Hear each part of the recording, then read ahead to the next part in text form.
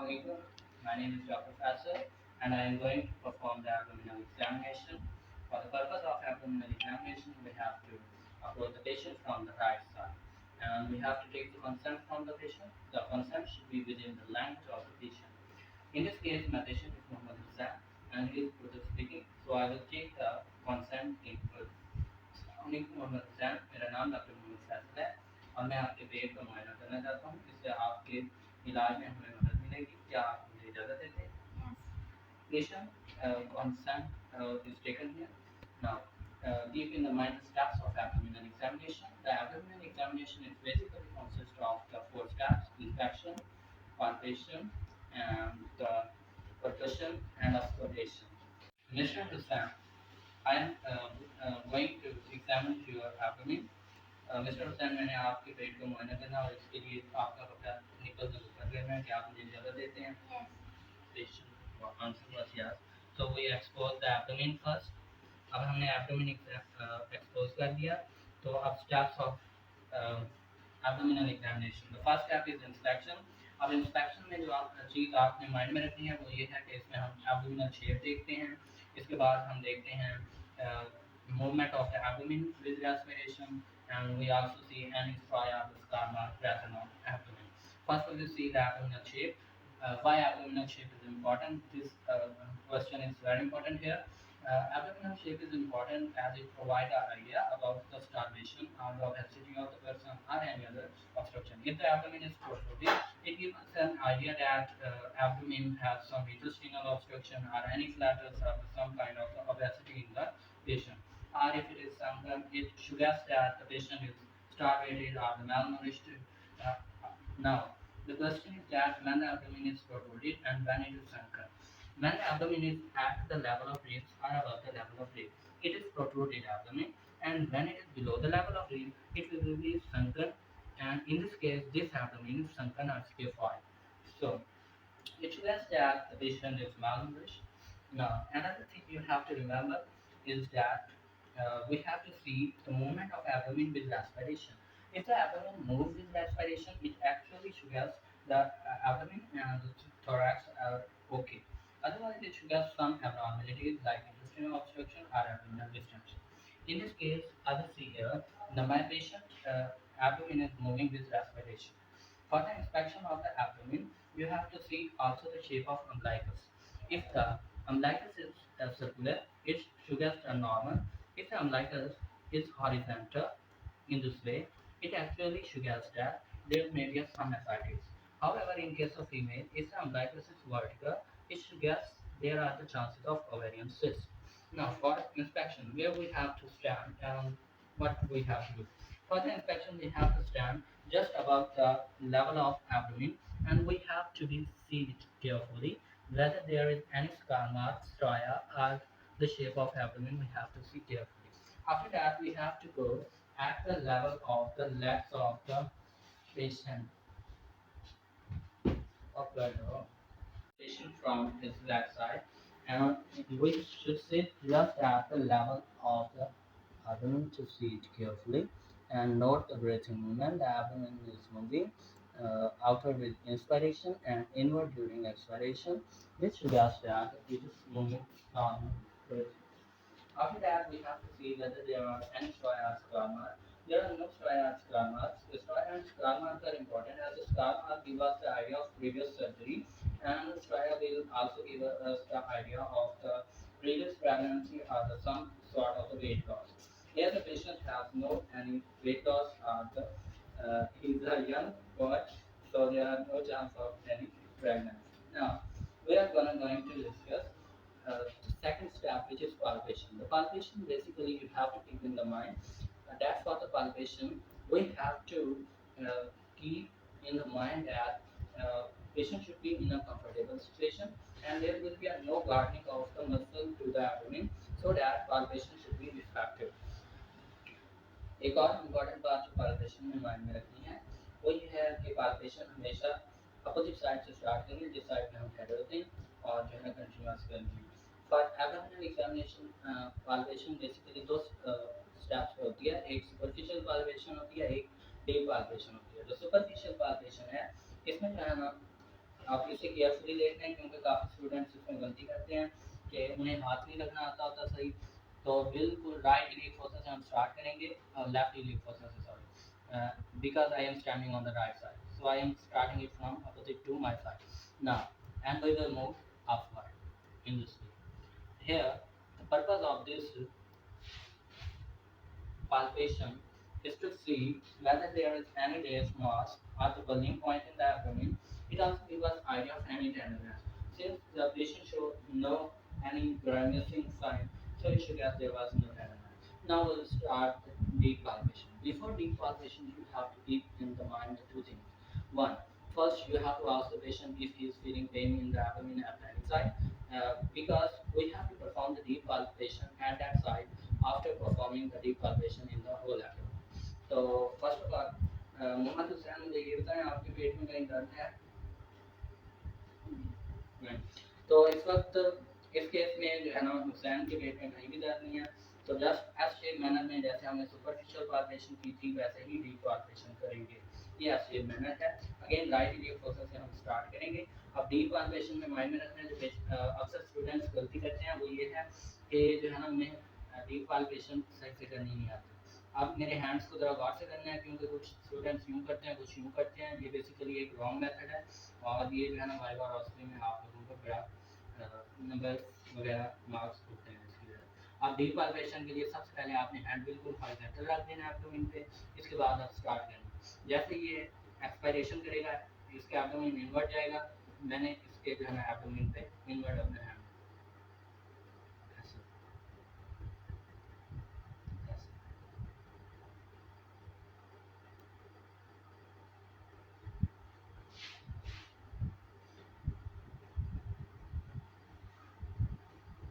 The deep palpation actually gives us the idea of any tenderness or rebound tenderness. What is the rebound tenderness? Rebound tenderness is a situation when we deeply palpate the abdomen then and move our finger upward, then a patient feel a very sharp pain. And while performing deep palpation, you have to keep one thing in mind, that you have to keep your face just toward the patient to see whether he is feeling any pain. Now again, I give you idea how to do that.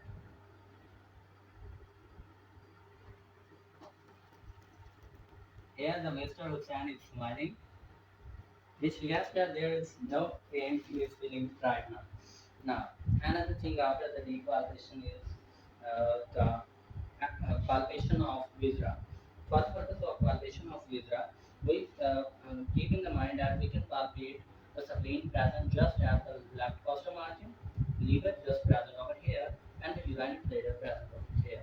Now we will start first the palpation of spleen. For the purpose of palpation of spleen, we have to start deep palpation just from the right iliac fossa and move toward the left costal margin. Another thing you have to keep in the mind, again I am telling you, that during the deep palpation of any viscera, you have to place your hand on the abdomen when the abdomen is moving inward. It means during expiration, and you have to press it down during the inspiration, because if there is any mass in the abdomen, it can be felt during expiration. Now we will start our uh, spleen palpation right now. Yeah.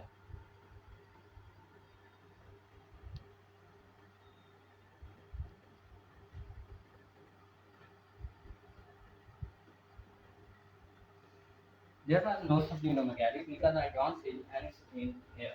Now, palpation of liver. For the palpation of liver, we have to just keep our hand vertically on the abdomen at the right iliac fossa and move toward the right fossa margin.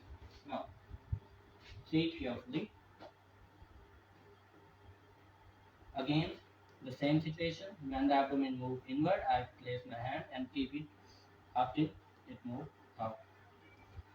This is the one method of liver palpation. Liver palpation in case of obese person is done by the two-hand method.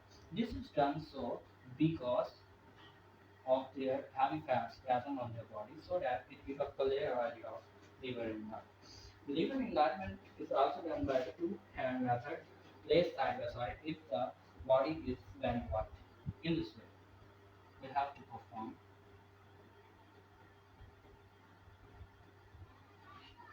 This is was by hand. As the liver palpation, if the liver is enlarged, a bimanual method is used to confirm the size of liver enlargement. In this case, we have to place our hand just at the level of ribs below and other hand above to see the size of the liver which is actually enlarged. This is okay. Now, after that, palpation of the urinary bladder. For the urinary bladder, we have to place our hand at the epigastric region just in the shape of urinary bladder. If the urinary bladder is distended, then it will be raised when our hand is right there. Now start again. His urinary bladder is not extended. It shows that he is not feeling any query for urination. Now another thing you have to remember is the palpation of kidney. Palpation of the kidney is done by the two-hand method. Now from the right side, you have to place one hand just below the just at the level below the ribs and move this hand upward and then place other hand right just above it and you have to do here to feel the kidney. I am not feeling the kidney here. It shows kidney is not enlarged. Kidney is palpated only when it is enlarged. For the palpation of the left side, I will place my left hand on the posteriorly and right hand just above it and will try to feel the kidney here. I will ask, I am not feeling the kidney from the left side also. This is the palpation of kidney. After that, we go to the next step, which is basically percussion. Percussion helps us in knowing the size of the liver, and it also helps us in knowing splenomegaly or the extension of urinary bladder. Percussion is also very important as it gives us an idea of ascites and any other abnormal thing present in the abdomen. Now, for the percussion, you have to keep in the mind that first of all we do the percussion of liver to measure the size of liver. For this purpose, we have to move from the second intercostal space downward to measure the place where the upper bladder is present. And for the knowing the lower bladder of liver, we have to move from the right iliac fossa to upward toward the right rostrum artery. Now keep in your mind that I am starting here the percussion to see the place where the upper bladder of liver is present. Now, percussion should be starting just at the level in our body, sternoclavicular joint, just below the level of sternoclavicular joint. Here, the second intercostal space is present.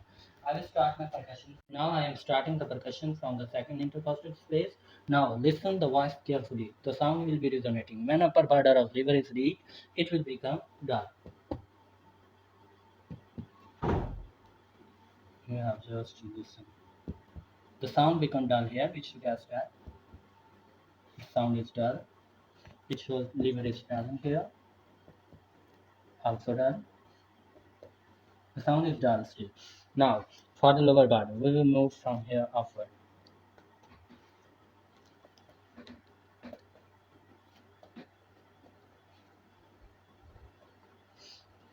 Now, this is the method of liver palpation and liver percussion. After that, we will do the percussion for spleen if there are chances of any spleen. We will start from here. Please, अपने muscle को relax करो, नहीं खींचना, otherwise percussion की आवाज़ change. The voice was same throughout, which suggests that there was no subliminal. For the percussion of later, we will move from epigastric towards hypogastric region. The sound becomes dull here, which suggests that the urinary bladder is distended right now. Now, after that, we have to do the important thing you have to remember is during the percussion help us in knowing whether there are ascites, meaning any fluid in the abdomen. For this purpose, we will perform the percussion on the sides and note the voice on the both sides. If there is resonating on one side and dull on other side, it suggests that dull side contain the fluid, and we ask the patient to move on the opposite side, and we will listen the voice here after 15 to 10 seconds. I give you the idea. The voice is almost same. Now we will, we will listen here the important thing. Relax रखना, चैन नहीं। The voice was same on the both side. If there was the voice dull pose on that side, I will ask my patient to move on the opposite side. Hussain उधर move करो। अब इस case में नहीं था, लेकिन मैं आपको साइटिस के केस में बता रहा हूँ कैसे करना है। जैसे ही वो उधर मूव करेगा 15 to 20 सेकंड तक मूव करना है, ताकि इनफ टाइम मिल जाए फ्लूइड को to move on the opposite side, और फिर दोबारा परकशन करनी है इस साइड में। सीधे थोड़ा सीधे, बस।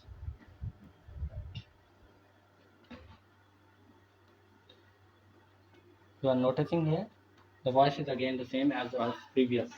So there are no any ascites. And another method is fluid fill method.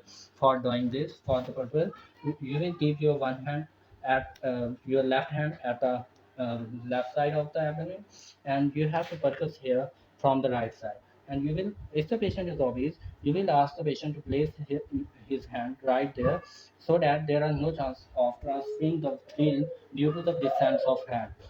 Hussain अपना हाथ इधर रखें, ऐसे ऐसे ऐसे रखवाना है, और इधर से आपने थ्री फील करनी है, सीधा रखें ऐसे। अब इस केस में कोई फ्लूइड थ्रिल ट्रांसफर नहीं हुई, जो सुगेस्ट करती है कि इस केस में ascites नहीं है। इसके बाद जो बात लास्ट है वो माइंड में रखनी है, वो है अस्कल्टेशन। अस्कल्टेशन बेसिकली हम एबडोमेन की करते हैं to know the voice of the bowel sounds, and the bulk sound are here almost two times in 1 minute. So we have to keep our stethoscope for 1 minute to hear the bulk sound. This will give us idea if the bulk sound are going on normally. It should mean that there is actually a normal abdomen. Otherwise, it should have some kind of the intestinal obstruction or pyloric stenosis. If there are no voices going to be here. A question is that where we have to place the diaphragm or stethoscope to hear the voice bulk sound. You have to place, you have to draw a line just from the umbilicus here. There is an epicyclical junction. You have to place the stethoscope diaphragm there to hear the voice of the bulk sound. The stethoscope is not present right now, so we are doing here because you can't also hear the voice of the stethoscope. In addition to bulk sound, you can also listen the aortic broods just between the umbilicus and CT sternum here. If there are any broods, it's because there are some abnormality. So, my dear fellows, this was the end of the abdominal examination. Also, you understand it well. और अगर आप लोगों को ये अच्छे से समझ आया है तो वीडियो को सब्सक्राइब करें, और अगर नहीं आया तो ना करें। और दूसरी बात, आपने जो अच्छी सी बात माइंड में रखनी है, जो लाइफ में आपके काम आएगी, वो ये है कि नमाज अदा किया करें, क्योंकि नमाज के लिए जो मौजिन अदान देता है उसमें जो वर्ड्स कहता है वो कहता है हय्या अल फलाह, आओ कामयाबी की तरफ, यानी नमाज पढ़ने में कामयाबी है। तो अगर आप लाइफ में सक्सेसफुल होना चाहते हैं, अपनी एम्स अचीव करना चाहते हैं, तो नमाज की पाबंदी करें। शुक्रिया।